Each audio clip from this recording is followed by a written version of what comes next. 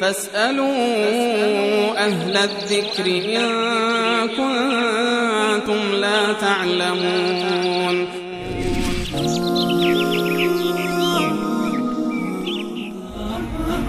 بیننده دیگری چهارشماره اخیرشون 6337 پرسیدن که با عرض سلام آیا تراشیدن ریش گناه هست؟ خیلی ممنون.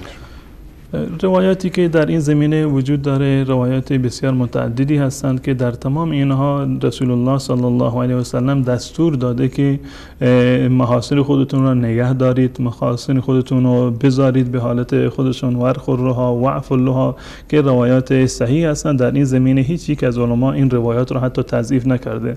حکم اصلی و اساسی در این زمینه این است که حتی بسیار از علما قائل به وجوب هستند که ریش نگه داشتن و بلند کردن محاسن در واقع واجب هست و به اتفاق تمام مذاهب اربعه بله تراشیدن ریش حداقل حکمش همون کراهت هست و هیچ کسی حکم به جواز تراشیدن ریش در واقع نداده.